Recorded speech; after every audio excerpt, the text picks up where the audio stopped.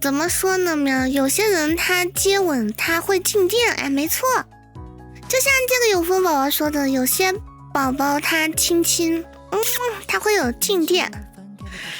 但是你说的这个触电的感觉，应该不是这种物理静电，应该是那种，因为接吻就是两个喜欢的人嘛，他们的一个满足、一个快乐的一个行为。在亲亲的时候，他们的就是嘴唇上会有那种电的感觉，然后这种电啊，这也不是真的电，就是这种电的感觉。这种电的感觉会通过你整个神经传到你的大脑，然后让你大脑感觉到非常的愉悦，然后你就会感觉亲吻就有一种电的感觉。但是这种在动漫里有时候会画的比较夸张，只能说有些人摸你的时候你感觉到酥麻吧，但是有些人会把这种触摸时候的酥麻，他也形容成触电，但这个又不一样。所以你说有时候男女啊触碰对方啊酥酥麻麻的，你感觉像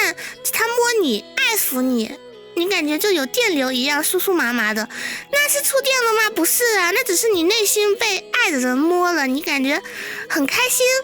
啊，一种没有过的感觉。那有些人会把这个感觉也说成是触电的感觉，但是这个跟触电实际上又有点不一样，知道吧？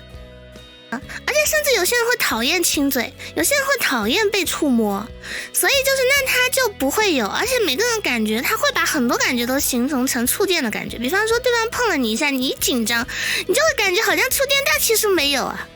然后还有一种就是物理触电，就是你们都比较干燥，有时候手碰到一起，冬天碰到一起，或者碰到你衣服会电一下子，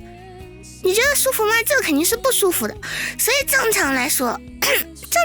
亲亲只有动漫里会把在嘴巴上画电石火花的那种，好像亲一下啊，直接冲进脑袋，牙关紧闭啊，要炸了，好爽。但实际上现实生活中不会啊，现实生活中你只会感觉对方嘴巴软软的，嘴唇软软的啊，软软的，就没有什么了，就是这样子的。所以就是说实际上能有这种像那种什么触电啊，像真的被电到的那种感觉其实是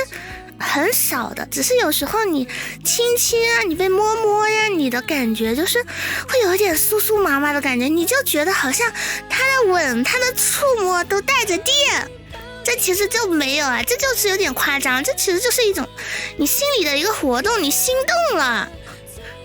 你知道吧？心动了，然后你的舌头啊，你的身体啊，你各种的神经，你身上的感官啊，就让你感觉这好酥酥麻麻的，肯定就是触电的感觉。那其实跟真正触电的感觉是没有关系的。而且本身在亲亲的时候它就会有愉悦感，所以就是这种愉悦感啊，它也会让你进入一种兴奋的状态。那这种爱一个人兴奋的状态，摸他亲他的时候，那你就会感觉啊很爽，然后你这种时候就会有些人他就会手足无措，他不知道手该放哪里，那这种时候他就会感觉啊全身好像都有一种触电的感觉。所以正常来说这个触电的感觉并不是说真的被电了，而是说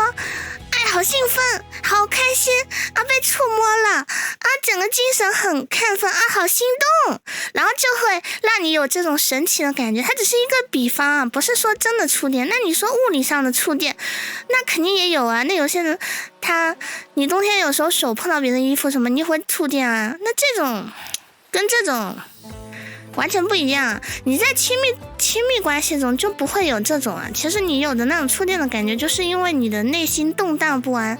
然后你的激素荷尔蒙分泌，然后心跳加快，脸红啊，是亲爱的他碰了我啊，是不是？那你就会感觉是触电的感觉，就是这样子的。它是一种你心理性，就是你心理和生理性的一种荷尔蒙水平发生了变化，你整个心理和生理性有了兴奋，你的神经有一种反射，就是一种心理反应，你知道吗？就是这样的。这种感觉也不会特别长啊，就是你刚跟对方亲亲摸摸的时候，你可能会有一点感觉，但是你说你老夫老妻了，都亲了摸了几十年了，他还会有这种感觉吗？不会，他就开始了，就是比方说你是第一次，或者说刚开始被你亲爱的人亲了一口或者摸了一下，你就会很有感觉。但是后期十几年他都摸了十几年了，几年了，你会有感觉吗？你不会啊，你就会觉得亲爱的他又来亲我了，这种就会变成很正常的一个生活中很习惯性的甜蜜，然后就不会再有那种触电的心理了，你就会觉得很开心，他来触摸你了，就不会有第一次那么紧张了，就是多了就不会那么那个了，好吧？所以大部分触电的感觉都是大家自己觉得有触电的感觉，就其实上不是真正的触电。如果真正的那种触电的话，其实就是很危险，但是那种只存在在动漫里，现实生活中就比较少我们这种触电感不是说真的触电，就是说你的一个整个反应，懂了吗？